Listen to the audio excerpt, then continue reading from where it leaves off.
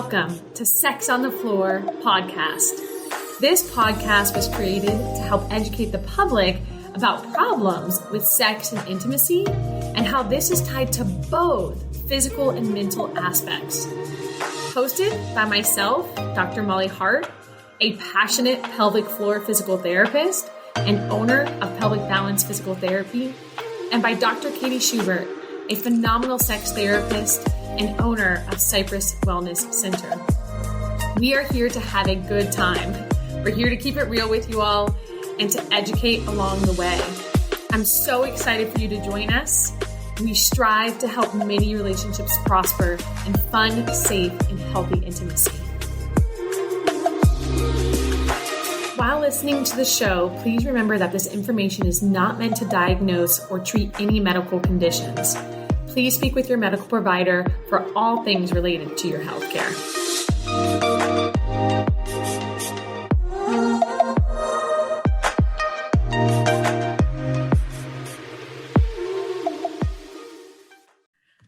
Hi guys, it is Dr. Molly Hart and Dr. Katie Schubert.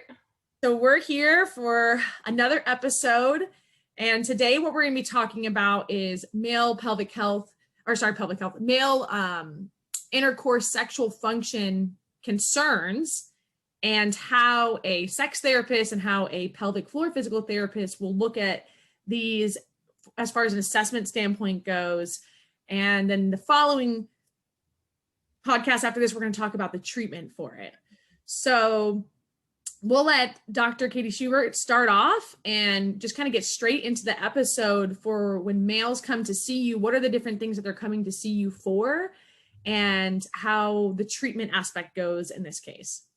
So usually when I see men in my office, the number one reason they come to see me is because they're having erectile issues, or premature ejaculation. I see men for a variety of reasons, but those are the two most common. The other reasons I see men is when their partners aren't having as much sex with them as they want, or if their libido isn't as good as they'd like it to be. I see men in my office for issues regarding like paraphilias. So, quote unquote, like abnormal sexual desires that get in the way of their sex life or their relationships. So there's nothing inherently wrong, just a side note, there's nothing inherently wrong with paraphilias. The only reason I typically see men for paraphilias is when their partner doesn't want to interact with them in that way anymore, or if the man doesn't want that sexual desire to be a part of their sexual relationship anymore. Like a problem, essentially. What was that? Only like if it becomes a problem in life, then. Yeah. So if he becomes too reliant on that specific kink, and isn't happy it's a part of his sexual desire, then I'll see him. And a variety of other reasons too, but ED and PE, so erectile dysfunction and premature ejaculation, are the two common reasons. And when a man comes in to see me for one of those two reasons, I usually determine whether or not it's physiological or psychological. If it's physiological, I send them on to you. If it's psychological, it's usually anxiety. So the number one thing I hear from men in my office is I lose my erection mid-intercourse because I get too up in my head. That he starts thinking, okay, well, when am I going to lose my erection? Or please God, don't let me lose my erection. Or, oh my gosh, she's judging my erection, or he's judging my erection. So he's up in his head about what his erection is doing, how long it's going to last, how strong it is. Or he's up in his head about, oh goodness, don't ejaculate yet. It's too fast. She's going to judge me. He's going to judge me. He's entirely in his head and not enjoying the experience. So his penis obviously isn't going to enjoy the experience. Right. Yeah. Yeah. Wow. No, it makes complete sense that that's what they're coming to you for. So yeah, interesting. I love it. Yeah. When men come in for erectile dysfunction or premature ejaculation, how often are you normally, like, how long of a plan of care does that typically look like? And I know it varies. So yeah, it does vary. So if they have a partner that is helpful, it's usually a whole lot easier. But if they have a partner who's pressuring them or has gotten mad at them in the past for losing their erection or ejaculating too quickly, it's much more difficult, because then I usually have to do couples therapy to get the partner on board with the treatment plan. Because if there's one thing that destroys erections, it's partners saying, where did your erection go? You must not be attracted to me. What's wrong with your penis? Yeah. So usually if that's the case, I need to do couples therapy just to get them on the same page.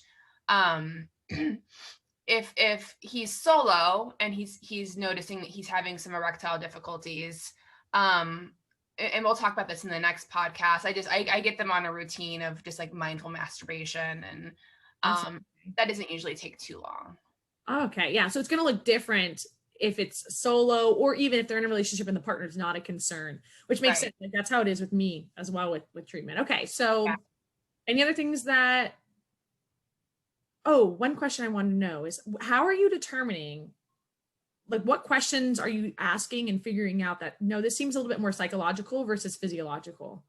So I ask them, so if they're partnered, I ask them to walk me through their last sexual experience with their partner, and what was that, and what that was like, what their penis was doing, and what their brain was doing. Yeah. So immediately, if it's anxiety related, he'll say, well, my last partnered experience was okay, but about, a few minutes into it, I started being worried about my erection, and then I lost my erection. Okay. So if I'm sitting with an anxious individual, I'll know it fairly quickly. Or, if it's premature ejaculation, I know oftentimes I'll hear men say, well, she's told me in the past, if it's a heterosexual couple, she's told me in the past that, she doesn't want to be having sex with me for as long as I want to have sex with her, and she cuts me off, and therefore I feel the need to ejaculate quickly to complete the sexual experience. And when that happens, I know that it's anxiety related too. He has a lot of feelings and anxiety about the speed at which he ejaculates. Right.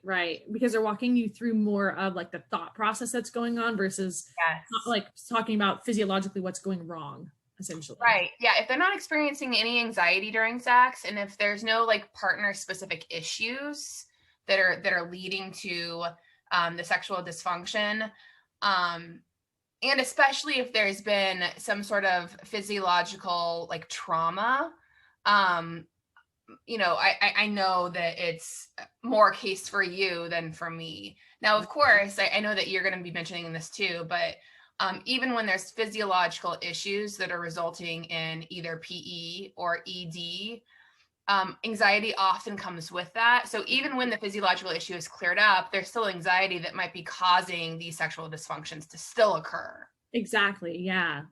So it's like, which one came first? Because often one might come first, but it'll lead to a problem with the other one. Yeah, totally. Anxiety leads to a physiological problem. A physiological problem leads to anxiety. So, which is why I just referred you a patient like we talked about, because we have to do this cross treatment a lot of the time if we want a nice, beautiful outcome. Yes. Okay, cool. I was just curious. So what do you? I will tell you, like, when I'm with males and they're having, typically when men come to me, the number one thing that men are coming to me for is erectile dysfunction and typically pelvic pain. But with pelvic pain comes erectile dysfunction. So very often, or if it's not erectile dysfunction, intercourse is actually very painful. Not necessarily, which is different for males. Sometimes it can be painful during the experience.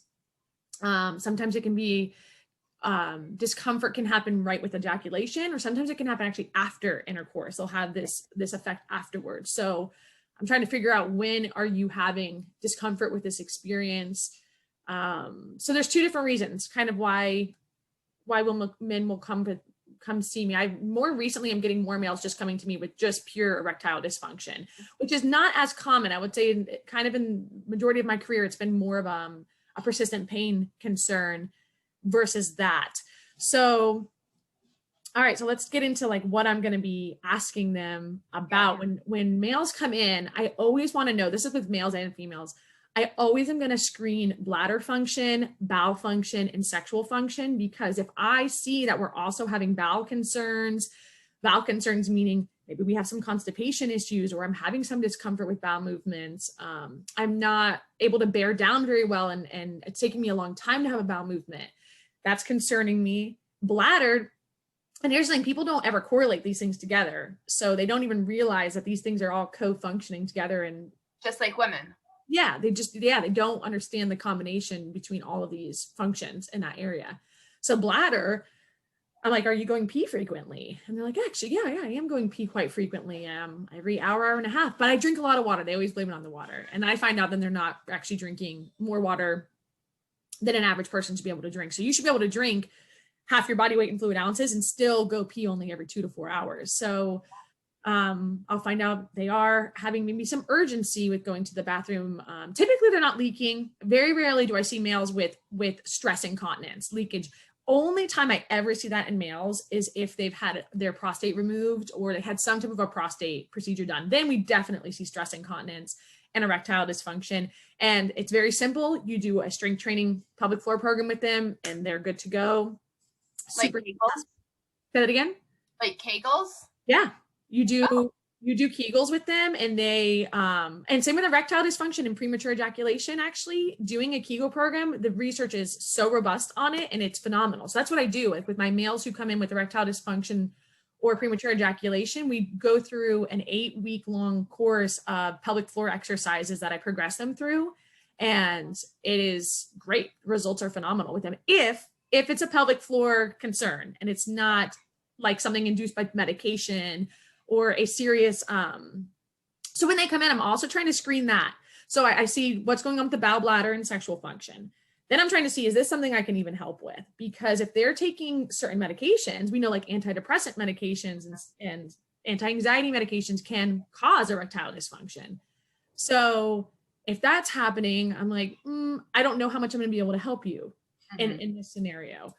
If there's some serious circulatory issues going on, which I would know from their history, I'm not sure how much I'm going to be able to help them. So one thing I'm really trying to figure out, like two big question groups I'm asking is, number one, if it's erectile dysfunction, are you able to easily maintain an erection and ejaculate when you're masturbating? And if they tell me yes, and this is only a problem with a partner, I'm sending to you, because I'm like, well, clearly we don't have a physiological issue. There's something more anxiety related going on.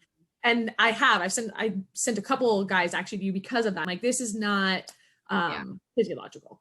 Now, if the same exact problem is happening when they're trying to masturbate or when they're with a partner, they're not getting like their morning woods anymore. They're noticing this has kind of been like a gradual issue with the intensity of the erection and the ability to maintain. I'm like, okay, no, we probably have a weakness issue happening here. The other thing I'm trying to assess with them, I'm trying to make sure I didn't already say this. Now my brain's going scattered. There's a lot. I think I'll leave it at that. Okay. I'm just trying to make sure essentially with them, like, is it something that's happening all the time or is it something that's happening just with a partner? And that's how I'm helping to figure out, is it physiological or not? I know that is screening out like what I call red flags essentially. And do I need to send you to another medical professional to have additional screening done? And if either of those things are happening, I have no problem telling them that. I'll still do an exam on them and see what's going on pelvic floor wise. But I'm like, we have to get somebody else involved in this. This is beyond my scope at this point. I know that when we were talking about women, you said that one of two issues happen with women: either their pelvic floor is too strong or too weak. Yes. Is that the same with men? So same exact thing. So Okay. now I've identified, let's say I've identified, yeah, this is physiological. This is something I can help you with. Now I am trying to see, do we have any discomfort that's happening? With males, typically what you'll find is they'll have pain at the tip of the penis. They'll always say that I have pain at the tip of the penis. And this is after most of the guys, by the time they've seen me, they have done STD screening. They have done all the screening in the books and everything is negative. Because if they haven't, of course, I'm going to say, we need to go get this screened. So they'll have that with ejaculation. Sometimes males can have pain, sometimes they don't, but very often if it's a pain issue, they'll have it after intercourse. So like for the next 24 hours afterwards, they have like a deep achy discomfort down there. And that might be in the testicles. It might be in the shaft of the penis. It might be in the rectum, perineal tissues, like between the testicles and the rectum. So it kind of just depends on what's going on.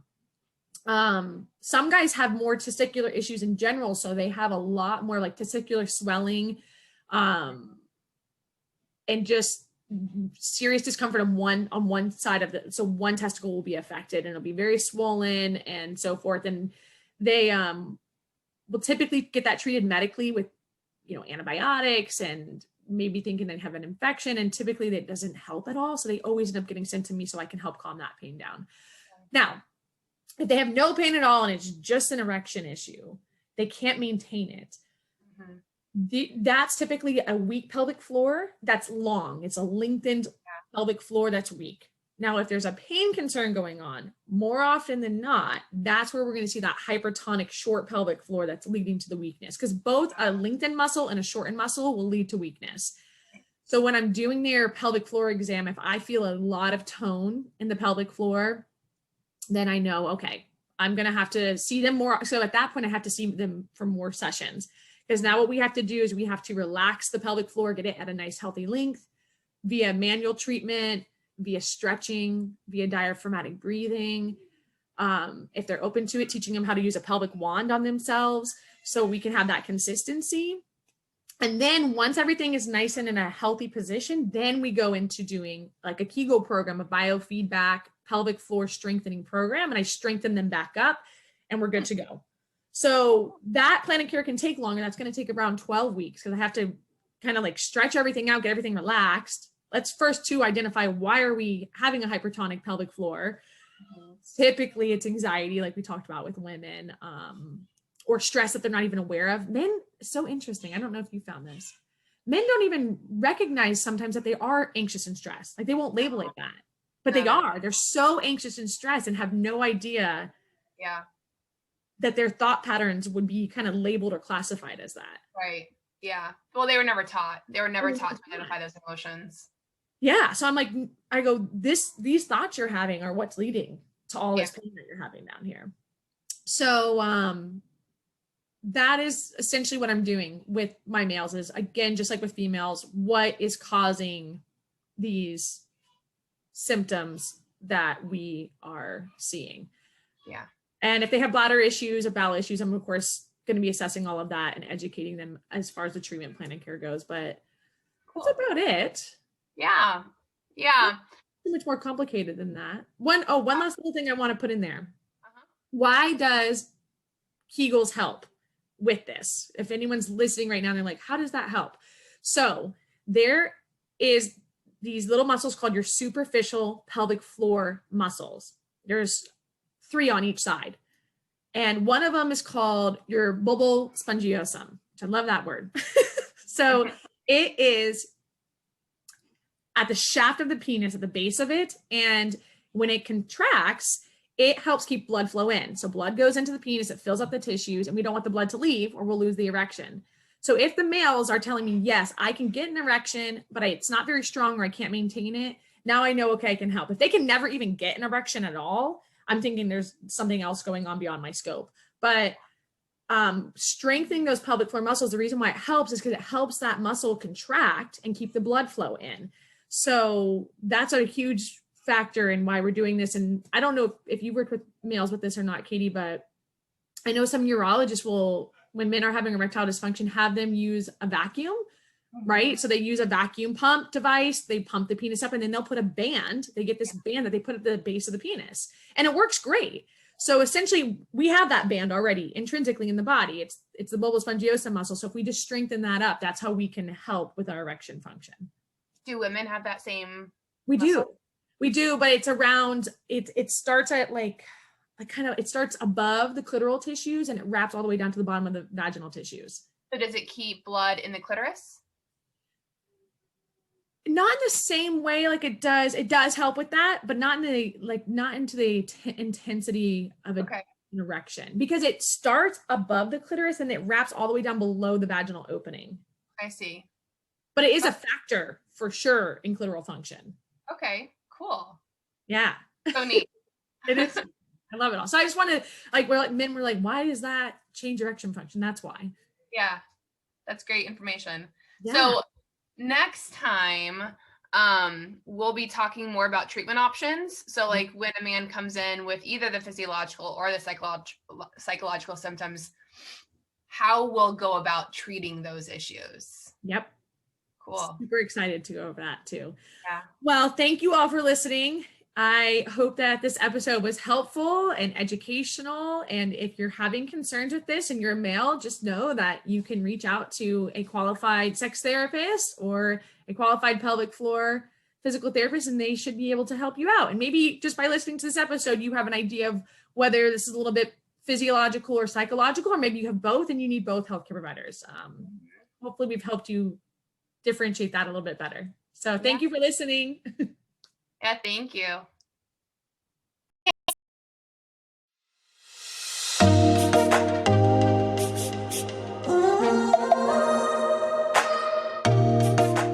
We are Dr. Molly Hart and Dr. Katie Schubert, and you've been listening to Sex on the Floor podcast. We really hope that you enjoyed this episode. If you have any questions and want to get in contact with us, you can follow us on Instagram at Dr. Molly Hart and at Dr. Katie Schubert, on Facebook at Pelvic Balance PT and at Dr. Katie Schubert.